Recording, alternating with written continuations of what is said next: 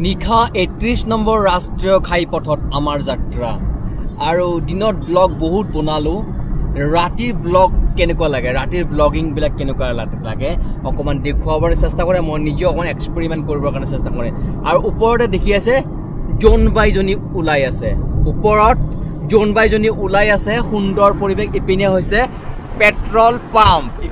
Petrol pump আৰু আমি গৈ আছোঁ সন্মুখত এখন গাড়ী আছে আৰু বাইকো আছে এইপিনে এটা পেট্ৰল পাম্প এইটো হৈছে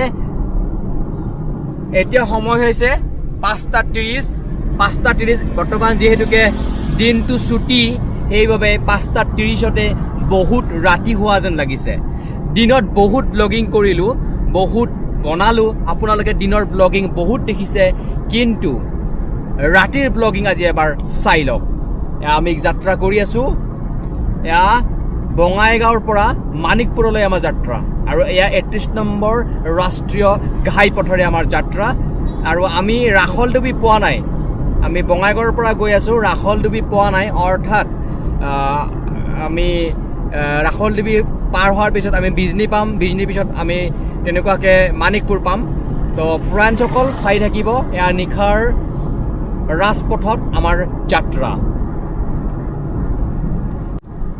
ৰাতি হ'লেই লাইটবোৰ জ্বলি উঠে অৰ্থাৎ মানে যিবোৰ বিজুলী পাতি থাকে সেইবোৰ জ্বলি উঠে ভাল লাগে কিন্তু ৰাতি অকণমান ৰিক্সো হয় কাৰণ বহুতেই সুৰাপান কৰি পেলাই গাড়ী চলায় এয়া আমি ৰাখলডুবি পালোঁ ৰাখলডুবি পাইছোঁ আমি লেফ্ট টাৰ্ণ ল'ম ৰাইট টাৰ্ণ লৈ পেলাই অভয়াপুৰী যাব পাৰি গোৱালপাৰা যাব পাৰি ধুবুৰীলৈ যাব পাৰি এনেকুৱাকৈ ৰাইট টাৰ্ণ এতিয়া আমি যাম লেফ্ট টাৰ্ণ আৰু এইটো এনেকুৱাকেই আমি আৰু সেই সন্মুখতে আছে মা লক্ষ্মী ধাবা এই সন্মুখতে মই তাতে মা লক্ষ্মী ধাবাতে মিছা মাছ খাওঁ অৰ্থাৎ মিছা মাছ ভাত খাওঁ ভাল লাগে মোৰ তাতে তো এয়া দেখিছে কেৱল ট্ৰাক 10 চকীয়া ট্ৰাক এইবোৰ এই ট্ৰাকত নকওঁ দিয়ক মানে যাত্ৰা কৰি আছোঁতো আৰু কিবা এটা অঘটন হ'লে আৰু কথাটো বেয়া হ'ব তো আমি গৈ আছোঁ ট্ৰাকৰ মাজে মাজে 3খন ট্ৰাক আমাৰ সন্মুখত আছে 3খন ট্ৰাক আমাৰ সন্মুখত আছে অলপ দেখিছে কেনেকুৱাকৈ গৈ আছে একদম লগালগে আৰু ইমান লোড দিছে ভগৱান ইমান লোড দিছে মানে লাহে লাহে গৈ আছে অকণমান যদি কিবাকৈ খেলি মেলি লাগি যায়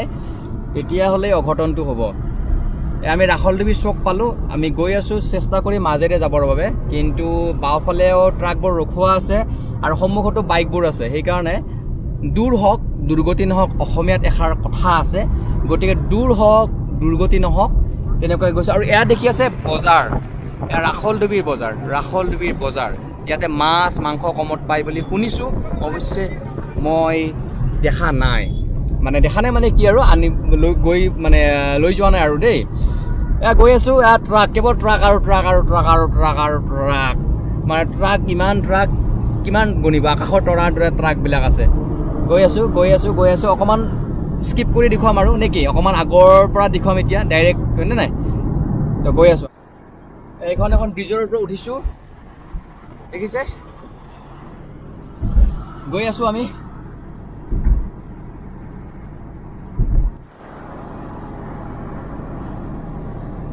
যেতিয়া ৰাতি গাড়ী চলাই তেতিয়া এটাই কথাই মেইন আপাৰ আৰু ডিপাৰ এনেকুৱাকৈ আপাৰ ডিপাৰ মাৰিব লাগে যাতে আপোনাৰ সন্মুখত গাড়ীখনৰ প্ৰব্লেম নহয় গতিকে আমি তেনেকুৱাকৈ গৈ আছোঁ আপাৰ ডিপাৰ মাৰি আৰু বহুত এনেকুৱা আপাৰ ডিপাৰৰ বাবেই এক্সিডেণ্ট হোৱাৰ ঘটনা ঘটিছে বহুত বাইকাৰোহে নেজানে বাইকাৰ্ছ কিছুমানে আপাৰ ডিপাৰৰ যিটো মানে কেনেকুৱা সময়ত আপাৰ মাৰিব লাগে বা ডিপাৰ কৰিব লাগে তো এনেকুৱাকৈ আপাৰ ডিপাৰটো খুব ইম্পৰ্টেণ্ট হয় গতিকে আপাৰ ডিপাৰ অকণমান মানি চলিব তেতিয়া এক্সিডেণ্টটো অকণমান কমিব আৰু সুৰাপান কৰি গাড়ী কেতিয়াও নচলাব কাৰণ তেতিয়া আপুনিও মৰিব আপোনাৰ লগতে আপুনি আপোন কোনোবাকো মাৰি পেলাব তো এনেকুৱাকৈ গৈছোঁ ইয়াতে ৰাইট চাইডে এটা শনি মন্দিৰ আছে আৰু শনি মন্দিৰটো ক্ৰছ কৰিলোঁ এতিয়া ৰাইট চাইডে আছে যিহেতুকে ৰাতি হৈছে আপোনালোকে দেখা নাপাব কাৰণ শনি মন্দিৰটো পালেই মই এবাৰ সেৱালৈ যাওঁ যেতিয়া বঙাইগাঁৱলৈ যাওঁ বা বঙাইগাঁৱৰ পৰা আহোঁ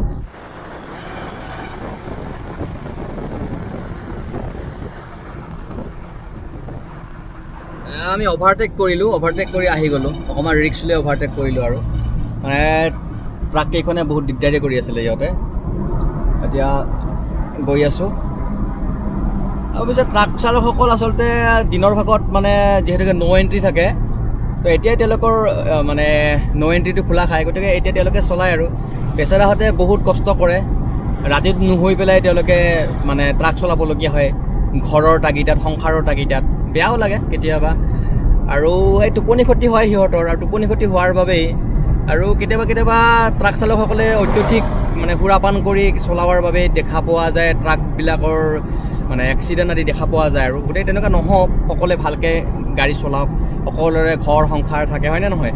তো দেখিছে সুন্দৰ, ভাল লাগিছে মোৰ মানে এনেকৈ। এইটো কাজিৰঙা পালোঁ, কাজিৰঙা। মই কাজিৰঙাৰ ব্লগিং এটা বনাইছিলোঁ, কাজিৰঙা ধাবা কাম ৰেষ্টুৰেণ্ট, আপোনালোকে চাব পাৰে, দিনত বনোৱা এটা ভিডিঅ'। তো এটা গৈ আছোঁ, মানে বিজনী পাম আৰু, মানে বিজনী মানে কি আৰু, বিজনী যিহেতুকে ভিতৰত হয়, গেৰুকাবাৰী বুলি কয়, গেৰুকাবাৰী পাম আৰু। পালোঁ গেৰুকাবাৰী চৌক, আৰু এইপিনে যাব বিজনীলৈকে, ঠিক আছে। আৰু এনেকুৱাকৈ আমি গৈ আছোঁ, আৰু কিছু দূৰত আছে টোল গেট, য'ত বঙাইগাঁও আৰু চিৰাঙৰ লোকসকলৰ গাড়ীত 35 টকাকৈ লয় এবাৰত, অৰ্থাৎ দুবাৰত লয় 70 টকা। কিন্তু আমি এনেকুৱা এটা ৰাস্তাৰে যাম য'ত 35 টকা দিব নেলাগে। আপোনালোকে হাঁহি উঠিছে চাগে, কাৰণ কি আমাৰ ঘৰৰ ওচৰতে হয়। যদি ডেইলি এনেকৈ 35 টকা মানে 70 টকাকৈ দিয়া যায়, তাতে তেলৰ দাম, গতিকে ভাবি চাওকচোন, আমাৰ নিজৰ ঠাইতে টোল গেট বনাইছে, তাতেও আমি আকৌ নিজৰ ঠাইতে টেক্স দিব লাগে। সেয়েহে আমি বেলেগ এটা ৰাস্তাৰে যাওঁ, লেখা আছে টোল প্লাজা সন্মুখত, মন কৰিছেনে নাই? টোল প্লাজা 1 কিলোমিটাৰ নিলগত আছে, সেইটোৱে নাযাওঁ, আমি ভিতৰুৱা ৰাস্তাৰে এতিয়া যাম। আৰু আমি নেশ্যনেল হাইৱে পাই গ'লোঁ, আৰু নেশ্যনেল হাইৱে পালোঁ, আৰু টোল গেটৰ যিটো ৰাস্তা মানে মেইন হেৰি নাহি পেলাই ভিতৰুৱা ৰাস্তাৰে আহিলোঁ।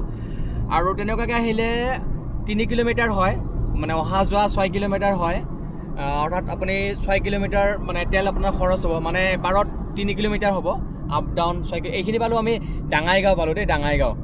অৰ্থাৎ আমি ধৰ 3 কিলোমিটাৰত আপোনাৰ তেল কিমান খৰচ হ'ব আপুনি হিচাপ কৰক। গতিকে 35 টকা মোটামুটি 5 টকা 6 টকা মানে তেল খৰচ হয় আৰু ন, মানে 5-6 টকা বা 7 টকা মানৰ তেল খৰচ হয়। গাড়ী লৈ হ'ব আৰু, গাড়ী লৈ হ'ব, যদি মাইলেজ বেছি দিয়ে তেতিয়াহ'লে আৰু বেছি হ'ব। গতিকে তাতে 35 টকা দিব লাগে। তো 35 টকা যদি এবাৰত 35 টকা দিয়ে, আৰু লোকেলবিলাকৰ কাৰণে, আৰু যদি বাহিৰৰ হয় তেতিয়া এবাৰতে 70 টকা দিব লাগে। তো আল্টিমেটলি তেওঁলোকে এনেকুৱা ভিতৰৰ ৰাস্তা এটা আছে, সেইটো ৰাস্তাৰে যাব পাৰে।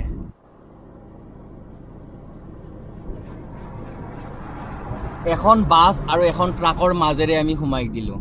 কিবা কাৰণত যদি খেলি মেলি লাগি গ'লে হয়, তেতিয়াহ'লে প্ৰতিদিন পেপাৰৰ ফ্ৰণ্ট পেজতেই দেখা পালে হয় চাগে।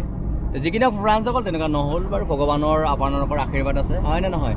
তো আৰু 6টা বাজিব আৰু 4 ছেকেণ্ড বাকী আছে, আৰু মানিকপুৰো তেনেকুৱাই 4 ছেকেণ্ড মানে বাকী আছে। আৰু সেইখিনি মানিকপুৰ পোৱাৰ লগে লগে ব্লগটো সমাপ্ত কৰিম, কাৰণ কিনো দেখুৱাম, হয়নে? অকণমান আজি এটা এক্সপেৰিমেণ্ট কৰি চালোঁ, ৰাতি মানে ব্লগিং বনাই কেনেকুৱা লাগে। সুৰাপান কৰি গাড়ী নচলাব, সুন্দৰকৈ গাড়ী চলাওক, আৰু আপোনাৰ লগতে আপোনাৰ পৰিয়ালবৰ্গৰ কথাও ভাবক, আৰু আনৰ কথাও অকণমান চিন্তা কৰক। এইটো হৈছে ইণ্ডিয়ান পেট্ৰল পাম্প, ইয়াতে মই তেল ভৰাওঁ, সেইটো ক'ব লাগে নেকি, হয়নে নহয়? তথাপিও ক'লোঁ। আৰু এইটো হৈছে আমাৰ ইলেক্ট্ৰিচিটি অফিচ, এইটো বাওঁফালে। তো এয়া পাই গ'লোঁ, বৰ্ডখন দেখিছে, এয়া হৈছে আমাৰ মানিকপুৰ চাৰিআলি, আমাৰ নিজৰ ঠাই পাই গ'লোঁ। ওচৰতে আছে পুলিচ ষ্টেচন, মানে পুলিচ থানা, আৰু এয়া মানিকপুৰ চাৰিআলি পাই আছোঁ। পাই গ'লোঁ, অলমষ্ট পাই গ'লোঁ। তো পায়ো যাম, ভিডিঅ'টো সমাপ্ত কৰিম। তো ফ্ৰেণ্ডসকল, এই বিশেষ ব্লগটো চোৱাৰ বাবে অশেষ ধন্যবাদ। আৰু আহি আছে নতুন ব্লগছ, সুন্দৰ ব্লগছ আহিব, বিভিন্ন ড্ৰোনৰ সহায়ত বিভিন্ন ধৰণৰ ব্লগিং আহি আছে। গতিকে চেনেলটো ছাবস্ক্ৰাইব কৰিব নাপাহৰিব। এয়া আমি ট্ৰাণ লৈছোঁ নিজৰ গাঁৱলৈ বুলি, আৰু ইয়াতেই আপোনালোক সকলোকে অশেষ ধন্যবাদ জ্ঞাপন কৰি পুনৰ লগ পোৱাৰ প্ৰতিশ্ৰুতিৰে মই হেমন্ত মেধি বিদায় কৰিছোঁ। ধন্যবাদ। জয় আই অসম।